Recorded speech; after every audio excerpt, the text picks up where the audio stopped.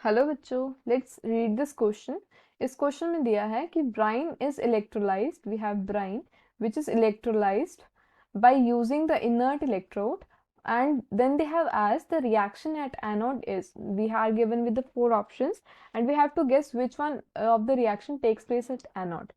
So if we talk about our reaction at anode, what is actually brine? Brine is nothing. Brine is simply, we have NaCl. This is called as brine.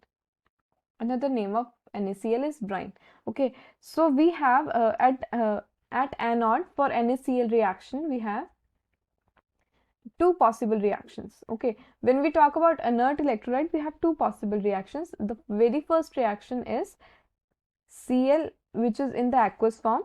It gives out Cl2 gas, और हमारे anode पे होती है oxidation. Oxidation का क्या मतलब होता है? इलेक्ट्रॉन का रिलीज होना।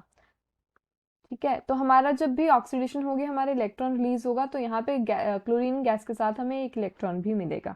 तो उसके बाद हमारे पास अगर नेक्स्ट एनोड पे क्या रिएक्शन हो रही है, हमारे पास वाटर है, एक्वस में हो रहा है। एक्वस का क्या मतलब होता है? वाटर है हमारे पास मीडियम में, तो हमारे पास ये लिक्विड स्टेट में था और ये कन्वर्ट हो रहा है ऑक्सीजन में, which is gas, plus 4H positive ions plus 4 electrons.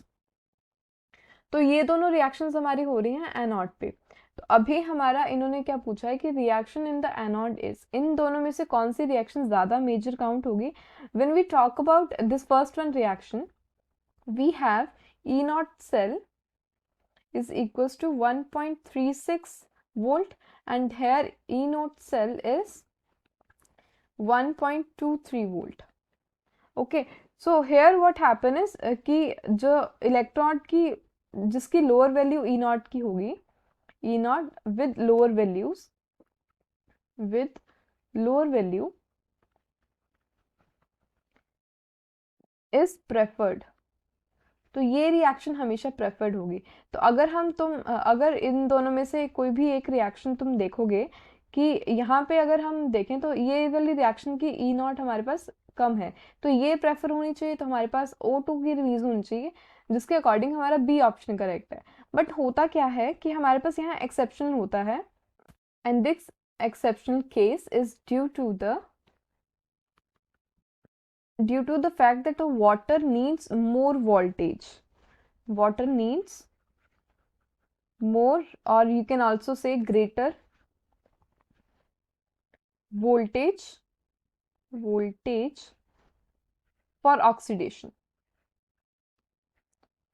Oxidation किसकी हो रही है? Oxidation of O2 gas. Okay, so यहाँ पे हमारे पास O2 ये कंपैरेटिवली स्लो स्टेप होगा, फिर काइनेटिकली स्लो स्टेप।